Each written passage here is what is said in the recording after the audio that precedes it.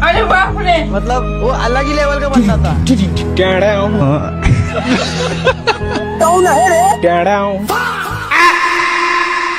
बुवाको role गर्नलाई यति serious getup चाहिन्छ। एन्टी ड्रग क्याम्पेनको भिडियो सुट गर्नको लागि म गेटअप गरेर घरबाट निस्के, आफ्नो ट्राइबमा चढेर लेट्स गो।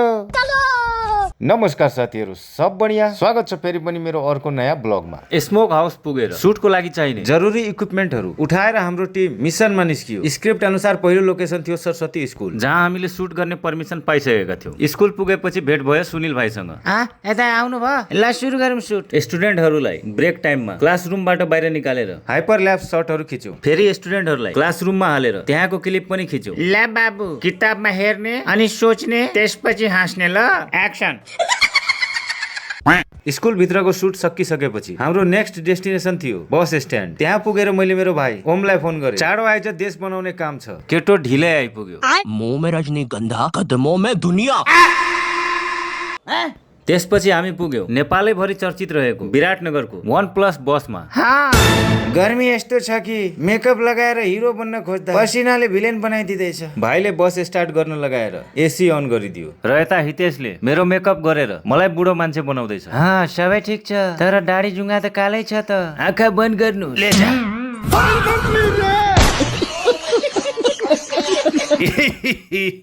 मेकअपको लास्ट टच दिएर क्यारेक्टर रेडी भयो। बस भित्र र बाहिरको सिन सानो थियो तर दामी थियो। मजा आया। यहाँको सिन सक्यो र हामी जाँदैछौँ अर्को लोकेसनमा। चलो भाई।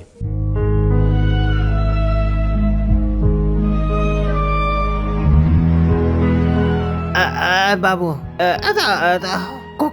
कोकेना बाबा, धेरै ठुलो ड्रगिस्ट बन्नु, छिटै मरिहाल्नु, म त्यही स्वर्गमा भेटिहाल्छु। अर्को लोकेसनमा आइपुग्यो। स्क्रिप्ट अनुसार त्यहाँ अलिक इमोसनल सिन थियो। हाम्रो भिडियोको छोरा क्यारेक्टरलाई भुइँमा सुताइदियौं अनि बिस्तारै मान्छेहरू जम्मा हुन थाले। हेर्दा हेर्दै राम्रै भिड लाग्यो र हाम्रो सिन स्टार्ट भयो। बाउको रोलमा थिए। छोरालाई देखेपछि रुन खोजेको, तर प्रब्लम के भने आँसु चाहिँ स्क्रिप्टमा थियो तर आँखाबाट निस्किनै मान्दैन। बल्ल बल्ल इमोसनल मुडमा पुगेर खतरा एक्टिङ गर्न सफल भए।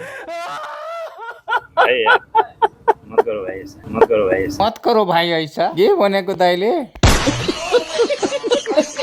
अर्को दिन हितेशले इन्जिनियर वाला हेलमेट किनेर ल्यायो। पर्फेक्सन एउटा कुरा हुन्छ र हाम्रो टिम गजब छ र यसरी नै हामीले 3 दिन लगाएर सुटिङ सकायौं। भिडियो त हेर्नु नै भयो होला। भेट्ने छु अर्को ब्लगमा। Tata bye by. बैठ के भुइया मारै छ सुइया, क्या ना गेट। मजा आइहाल्यो।